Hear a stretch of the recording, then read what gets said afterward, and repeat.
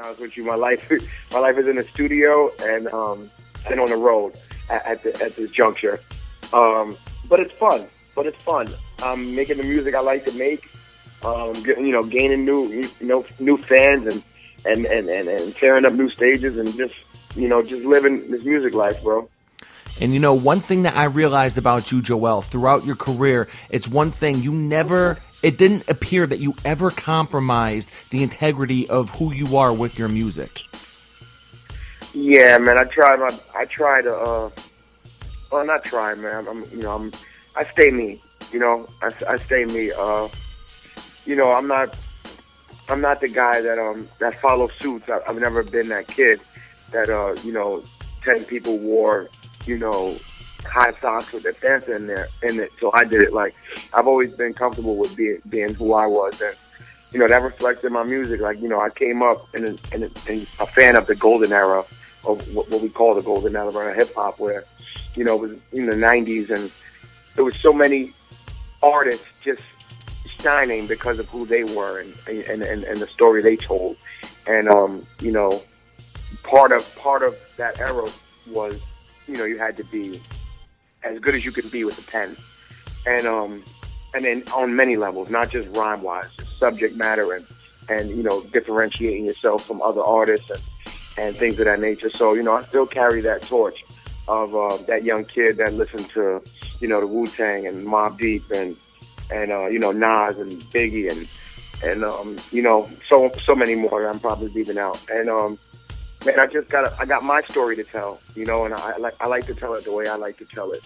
And I'm okay with the way music has shifted. I know a lot of artists say man, it got it kind of veered away from like underground or backpack or like just hard lyricism. But no, it hasn't, because there's me and there's whoever else is your favorite artist that you could search for on the net or Google or support by going to a show. And with the way things have shifted, man, I feel like it makes the beginning of what the craft was, which is like just being dope and being nice and saying something when you rhyme, it makes it even more special. Absolutely, man.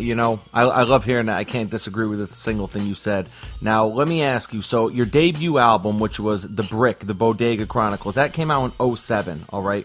We're in 2015 right now, and it seems like, in this past year, you had arguably one of your biggest solo hits, which was Music Saved My Life.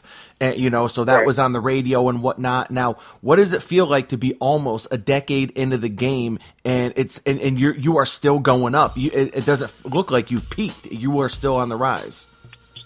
No, that's the beautiful thing about music and honest music, that there'll always be something new for me to talk about because life changes alongside music. That's why you got, I always look at the rock bands and, the U2s and the Metallicas and Bon Jovis and things of that nature. They tour for life. Like, there's no cutoff. There's no like, it's over. Like, they say it's over because they still have things they want to say. And, Music Saved My Life was a record that happened because of the climb throughout my career, like getting to a certain level of respect and then, ending up on a festival stage and then, doing a South by Southwest headlining with Slaughterhouse and meeting B.O.B. and telling him I'm a fan and him saying he's a fan and vice versa. And me asking him, would you like to be on a record with me for my album? And him saying yes, and that record getting done, and then it doing what it did for me, on a radio. That record wouldn't have been able to happen in 2007 when I started because I didn't know B.O.B. and I didn't know me fully. I was just beginning. And it wouldn't have been able to happen in 2010 because the things that happened in 2010 happened because that's when they happened. Everything in music is timing and patience, and you just never know, You just never know what could happen, and you just kind of have to enjoy that because there's so many different surprises and rides. Like, there's ups and downs like there is with anything else in life, but like, it's your ride, it's the things you talk about, it's the audience you reach, it's just so much fun that, I don't know sometimes. I have a blast with that. Like, I have an album coming out in a month with Illmind. He produced the entire album. I'm interested to see how people take that. I took an approach on this album much different than any of my other approaches. I'm in a different rhyme pocket. My delivery is much more mature, I would say, like much more in your face, and it's fun for me to listen to some of my older work and then listen to my newer work and see the growth and see the change. And I just can't wait for people to hear the new Joell every time I have something new. Absolutely, man. That sounds great.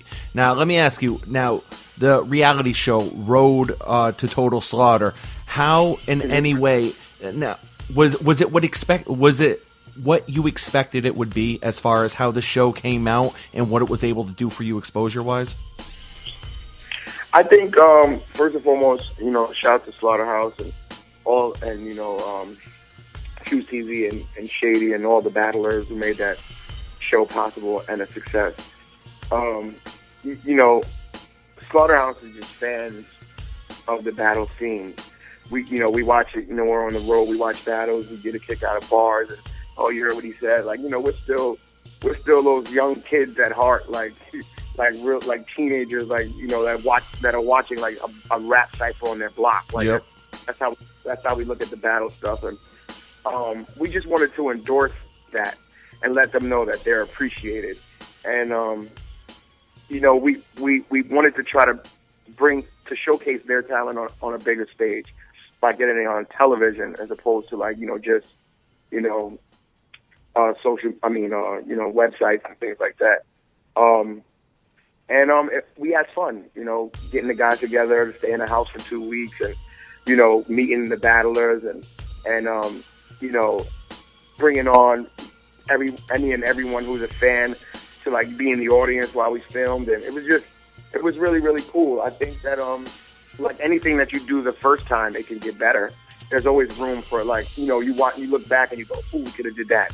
Or next time we'll do this and stuff like that. But it was fun, and the next one will be just as fun, if not more. Next one. So there's going to be a next one. I can't see it not being a next one. I can't see that. Like, we haven't announced it or seriously mapped it out, but it was so much fun, and there's so many more battlers reaching out to us like, yo, what's up with the next one? Like, I can't see it not happening. And for anyone that is a fan of, the whole battle scene, I mean, you guys, I don't know who exactly it was that picked the performers, but it seemed like they were really, you really handpicked the heavy hitters. I mean, there was nothing but heavy hitters in that house. It was like, damn. It didn't really appear that you missed a single heavy hitter that's out there, man. You picked the cream of the crop. Yeah, man, we really are. Like I said, we really are fans of this, man. We pay attention, and we know who we wanted to reach out to, and shout out to them for rocking out with us and taking part in that. Amazing job. They have such a level of respect for us. It was surprising, that when we reached out, they were like, "You serious?" Like, yo, of course, man. Like, yeah, let's do it. I would love to do that, man. It sounds awesome. It goes to show that even from battlers, or should I say wordsmiths and people who hold bars and lyricism in high regard, all day, every day, look to Slaughterhouse as people who are great representations of that, even in the songwriting world.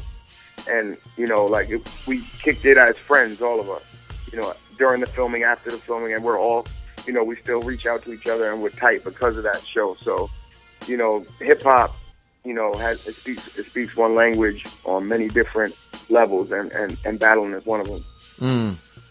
Now, given that, you are a fan of the music and you're a fan of the battle scene and all that, and I know you have said nothing but, you from what you've said in the press, you've held nothing but Eminem and nothing but high regards. Now, do you just sit back sometimes still and be like, damn, like, you know, I can't believe I'm rocking with this dude? Or is it like, is it kind of a thing where it ain't no thing anymore because it's kind of like now we just got to do business? Nah, that feeling never goes away when you're around greatness. It's just great every time. So, you know, you're just in the moment, every moment. Every time, you know, I'm at home and I'm working on something and the phone rings and it's from that side of town in Detroit and it's like, yo, let's get back in the studio. It's a great time. Great. Yeah. It's an amazing feeling. And then, you know, then we land and we go to the studio and we're kicking it with Marshall and well, I can speak for me, like you're caught in between talking, you know, conversing, building, listening, and chilling, all while thinking about the fact that you're with Eminem. So it's like, you know, he's listening to music, he's commenting, and you're like, yo, this is dope, yeah, it's music. But all the while you're looking over like, damn, excuse my language. You're like, oh snap, Eminem. Like, this is amazing. Like, you know, because he's like one of the rap gods. You know, he's one of the dudes that right out the gate was in first and stayed out in first.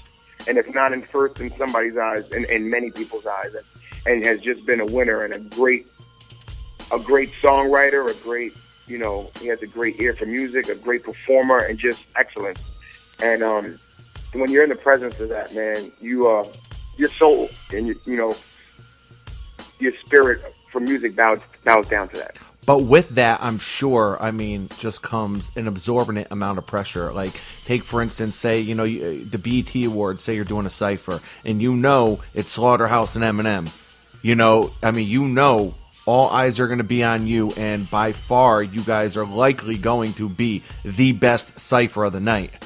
So, you know, when preparing the material for that pressure, I mean, how does that pressure feel? Do you like it? Would you love it? Are you kind of like, oh man, what is it? To be honest with you, like, when it comes to those ciphers, I don't think we feel any pressure. When I say we, I mean Slaughterhouse to be next to M. Because that's our living room. That's our cup of tea. That's what we do. We rhyme at a high level, and now there's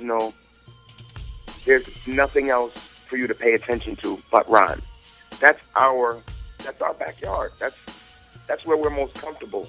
And now we get to do it with arguably the best wordsmith ever.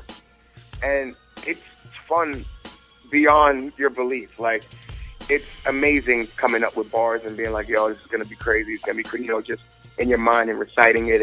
And let me scrap that line. I could do that a little bit better. And there's no pressure. It's just all like, oh, man, I can't wait for this day. It's like Christmas Eve. You know, as a kid, you know, you're just staring at the presents. The things that make, well, I'll speak for myself. The things that make me feel pressured are things that aren't in my comfort zone. When it's like, okay, present an award at the BET Hip Hop Awards, it's like, I'm not an award presenter. Like, like, what do you want me to say? Like, all right, come on, man. I'm a little bit more like, all right, that's not, you know, or like, you know, you guys got to get dapper, super dapper for this red carpet, and there's a stylist and stuff like that. It's just like, come on, dude. Like, let me put on a pair of shorts and sneakers and a tee, man. Let's call it a day, bro. Like, yep. Those are the things that, like, it's like pressure. It's like, all right, how do I look? Am I fine? Everything all right? All right, cool. Like, how did I look on TV? Did I look 15 pounds heavier? Oh, that sucks. But when it comes to rap, man, we're right at home with rap. All right, now let me ask you one last question before we close up, and I'm sure you've answered this to death. All right, now, when Kendrick Lamar dropped his verse on Control, you know, that kind of like shut down hip-hop for a few days. That's all anyone was talking about. And then you responded. All right, now, when you were responding, did you realize that I'm going to be the first New York response, and likely the best one because the popular opinion was Ortiz killed it. What was going on? Did you know like I'm gonna be the first? No, I didn't, because I woke up to the madness. I didn't see it when it released. You get what I'm saying? Like, I woke up to like, yo, did you hear that? Did you hear that? And text messages and Instagram photos and all of that, and Twitter going bananas. And I'm like, what the heck is everybody talking about? And then I listened, and I was like, oh, I get it. And I called my engineer, and I was like, I'm gonna need to get in the studio. And he's like, what? I'm like, I'll explain. And I went in there, and I didn't feel like it was like, and I don't think you get that from what I did. It was not I didn't diss Kendrick Lamar, in that response. I just responded to his comment on being the king of New York. And that in that moment, I didn't realize that, I didn't know if anybody else was even gonna respond. Like, forget about just New York. If everybody was just gonna, tweet about it or do whatever, and I was just like, man, I just want to express my opinion about it. But I'm like, man, it's corny if I just say something. Like, if I just talk, or I'm just like, oh man, what was that? Or if I'm just like, man, I don't agree with that, or whatever. Like, and shouts to Kendrick for making me feel a way. Because if I didn't care, if it didn't matter, then I would have brushed it off.